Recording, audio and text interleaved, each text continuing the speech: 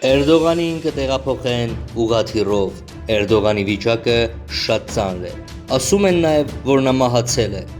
Թուրքիայում Էրդողանի մահվան մասին լուրեր են տարածվել։ Թուրքիայի անվտանգության գլխավոր վարչությունն իրավական գործընթաց է սկսել Ռեջեփ Թայիպ Էրդողանի մահվան վերաբերյալ Թվիթերում լուրեր տարածող օգտատերերի նկատմամբ։ Այս մասին հաղորդում է Associated Press-ը։ Կիբերանվտանգության հարցերով վարչությունը նման բովանդակությամբ 30 թվիթի հետքերով է գնացել եւ հայտնաբերել դրանց հեղինակներին։ Ոստիկանության հաղորդմամբ հեշթեգի միջոցով օգտատերը ապա տեղեկատվություն է տարածել, փորձելով մանիպուլացնել հանրությանը։ 30 հոգի կարող է պատասխանատվության ենթարկվել նախագահին վիրավորելու եւ զրպարտելու համար։ Զուգահեռաբար Թուրքիայի նախագահականի հանրային կապերի վարչության ղեկավար Ֆահրեթին Ալթունն այսօր իր Թվիթերյան էջում տեսանյութ է հրապարակել, ցույց տալով, որ նախագահ Էրդողանը ողջ առողջ է։ AP-ն նշում է, որ նմանատիպ գրառումները տարածվել են համացանցում 67-ամյա Էրդողանի առողջական վիճակի վատ թարացման մասին լուրերի ֆոնին։ Այսպիսով հուլիսին ժողովրդին ուղղված տոնական ուղերձի ժամանակ քաղաքացիները նկատել են նրա վատ առողջությունը եւ քաղաքական գործչի ելույթը անհասկանալի է հնչել։ 2012 թվականին Թուրքիայի նախագահը ստամոքսի վիրահատություն էր տարել։ Նյութի աղբյուրը լուրեր.com Ռուսաստանը չարդարացրեց Թուրքիայի հույսերը։ Արաբական մամուլը փակագծեր է բացել։ Armblog.info.ru գրում է. Արաբական թերթը այսօր անդրադարձել է հյուսիսային եւ արևելյան Սիրիայի վրա հարձակվելու թուրքական պետության սպառնալիքներին։ Փոխանցում է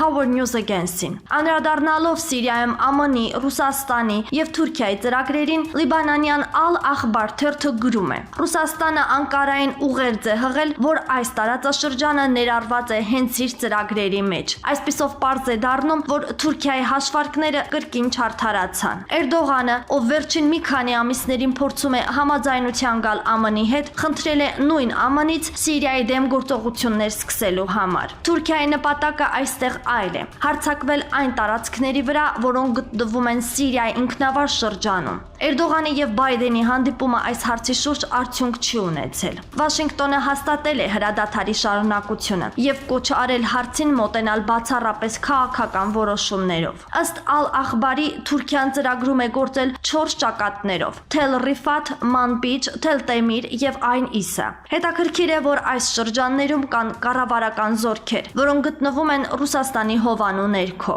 Ուստի Մոսկվան այսօր ուղերձ հղեց Անկարային եւ զորավարժություններ սկսեց Թել Տեմիրում։ Սրանով Մոսկվան ցույց է տալիս Էրդողանին, որ տարածքը գտնվում է իր վերահսկողության տակ։ Թուրքիան փորձում է իր վերահսկողության տակ առնել Եփրատի արևելյան շրջանը M4 միջազգային մայրօղու վրա։ Թերթը գրում է. Քանի որ այս ճանապարհը Սիրիայի արևելքից հասնում է Հալեբ, այնտեղից էլ Լաթաքիա, M4 մայրուղին այս առումով շատ կարևոր է։ Ծայրահեղական խմբավորումները վերահսկում են ճանապարհի մի փոքր հատվածը, եւ թուրքական ուժերը տեղակայված են հենց այդ դիրքերի մոտ։ Այս ծրագրով Անկարան ցանկանում է ներխուժել Սիրիայի այլ շրջաններ եւ քրդերին վտարել Եփրատի արևելքից, որտեղ կա ԱՄՆ զորակազմը։ Իր հերթին Ռուսաստանը ցանկանում է ճնշում գործադրել եւ գրավել M4 մայրուղու արևմտյան հատվածը, վերահսկողության տակ առնելով Եփրատի արևելյան հատվածը։ Թել Տեմիրում զորավարժությունները ցույց տվեցին, որ Ռուսաստանը կարևոր դիրք է զբաղեցնում տարածաշրջանում։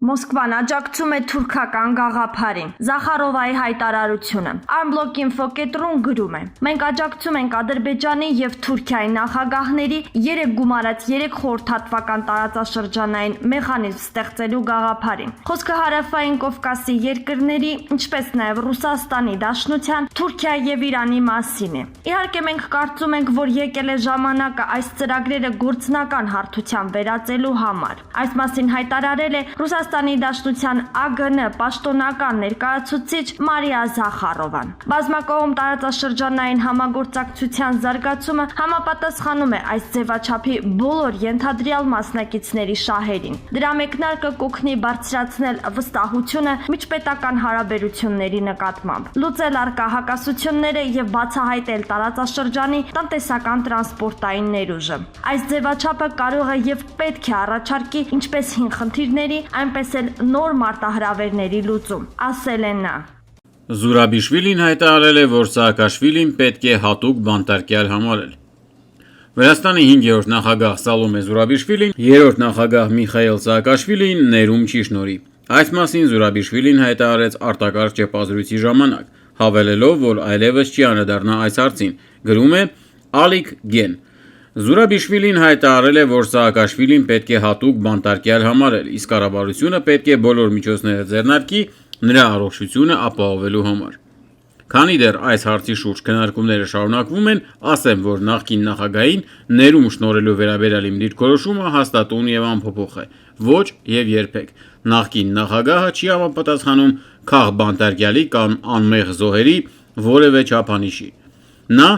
երկիր ինքնակամ եւ ապօրինի մուտք գործած դատապարտյալ է, ում մուտքի նպատակը երկրում ապակայունացում առաջացնելն էր, ասել է Զուրաբիշվիլին։ Նշենք նաեւ, որ հոկտեմբերի 1-ին, երբ իրավապահները ձերբակալեցին Սաակաշվիլիին, Սալոմե Զուրաբիշվիլին հատուկ ճեպազրույց անցկացրեց եւ հայտարարեց, որ նրան ներում չի շնորհելու։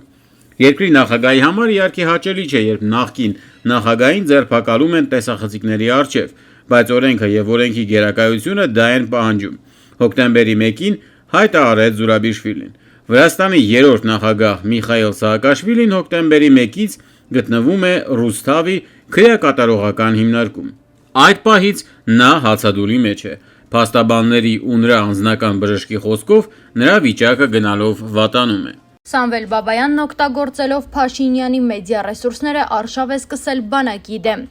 Արցախի ԱԽ նախկին քարտուղար Սամվել Բաբայանը լրատվամիջոցներից մեկին հարցազրույց է տվել, որում անդրադարձել է 44-օրյա պատերազմին եւ դրա հետևանքներին։ Սամվել Բաբայանի թե այս թե ընդհանրապես հետպատերազմական շրջանի հայտարարությունները մեծ դժգոհություն են առաջացնում սպայակազմի եւ պատերազմին մասնակցած կամավորականների եւ պահեստազորայինների շրջանում,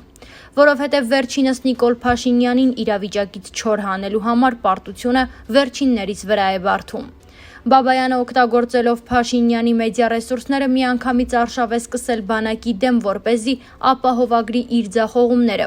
փրկի Փաշինյանի դեմքը եւ պարտությունը գցի հայրենիքի պաշտպանության համար պատերազմ մեկնածների վրա։ Սա հանգեցրել է նրան, որ փաստի տեղեկություններով Արցախում ավելի շատ են սկսել հիշել այն քաջագործությունների մասին, որոնց հեղինակը հենց Բաբայանն է եղել։ Զինվորականները կարծում են, որ այսպես կոչված Լելեթեփեի կամ ինչպես Բաբայանն է ասում Քենթ Հորադիզի օպերացիայի հեղինակն իրավունք չունի խոսել պատերազմի մասին, քանի որ նրա եւ Փաշինյանի պատճառով հայկական զինուժի էլիտար գնդերը հարավում աննախադեպ կորուստներ են կրել, գրում է թերթը, նյութի աղբյուրը Փաստ.Ինֆո։ Թեժ լուրեր կեցսայթը գրում է. Արաբական թերթն այսօր անդրադարձել է հյուսիսային եւ արևելյան Սիրիայի վրա հարձակվելու թուրքական պետության սպառնալիքներին, փոխանցում է Hawar News Agency-ին։ Անդրադառնալով Սիրիայում ԱՄՆ-ի, Ռուսաստանի եւ Թուրքիայի ծրագրերին, լիբանանյան Ալ-Ախբար թերթը գրում է. Ռուսաստանն Անկարային ուղերձ է հղել, որ այս տարածաշրջանը ներառված է հենց իր ծրագրերի մեջ։ Այսպիսով պարզ է դառնում, որ Թուրքիայի հաշվարկները կրկին չարդարացան։ Էրդողանը, ով վերջին մի քանի ամիսներին փորձում է համաձայնության գալ ԱՄՆ-ի հետ, խնդրել է նույն ԱՄՆ-ից Սիրիայի դեմ գործողություններ սկսել։ Թուրքիայի նպատակն այստեղ այլ է հարձակվել այն տարածքների վրա, որոնք գտնվում են Սիրիայի ինքնավար շրջանում։ Էրդողանի եւ Բայդենի հանդիպումն այս հարցի շուրջ արդյունք չի ունեցել։ Վաշինգտոնը հաստատել է հրադադարի շարունակականությունը եւ կոչ արել հարցին մոտենալ բացառապես քաղաքական որոշումներով։ Ըստ Ալ-Ախբարի, Թուրքիան ծրագրում է գործել 4 ճակատներով՝ Թել Ռիֆատ, Մամպիջ, Թել Տեմիր եւ Այնիսա։ Հետաքրքիր է, որ այս շրջաններում կան կառավարական զորքեր, որոնք գտնվում են Ռուսաստանի հովանու ներքո։ Ուստի Մոսկվան այսօր ուղերձ հղեց Անկարային եւ զորավարժություններ սկսել Թել Տեմիրում։ Սրանով Մոսկվան ցույց է տալիս Էրդողանին, որ տարածքը գտնվում է իր վերահսկողության տակ։ Թուրքիան փորձում է իր վերահսկողության տակ առնել Եփրատի արևելյան շրջանը M4 միջազգային մայրուղու վրա։ Թերթը գրում է, քանի որ այս ճանապարհը Սիրիայի արևելքից հասնում է Հալեբ, այնտեղից էլ Լաթաքիա, M4 մայրուղին այս առումով շատ կարևոր է։ Ծայրահեղական խմբավորումները վերահսկում են ճանապարհի մի փոքր հատվածը եւ թուրքական ուժերն էլ տեղակայված են հենց այդ դիրքերի մոտ։ Այս ծրագրով Անկարան ցանկանում է ներխուժել Սիրիայի այլ շրջաններ եւ քրդերին վտարել Եփրատի արևելքից, որտեղ էլ ԱՄՆ-ի զորակազմը կա։ Իր հերթին Ռուսաստանը ցանկանում է ճնշում գործադրել եւ գրավել M4 մայրուղու արևմտյան հատվածը, վերահսկողության տակ առնելով Եփրատի արևելյան հատվածը։ Թել Տեմիրում զորավարժությունները ցույց տվեցին, որ Ռուսաստանը կարևոր դիրք է զբաղեցնում տարածաշրջանում։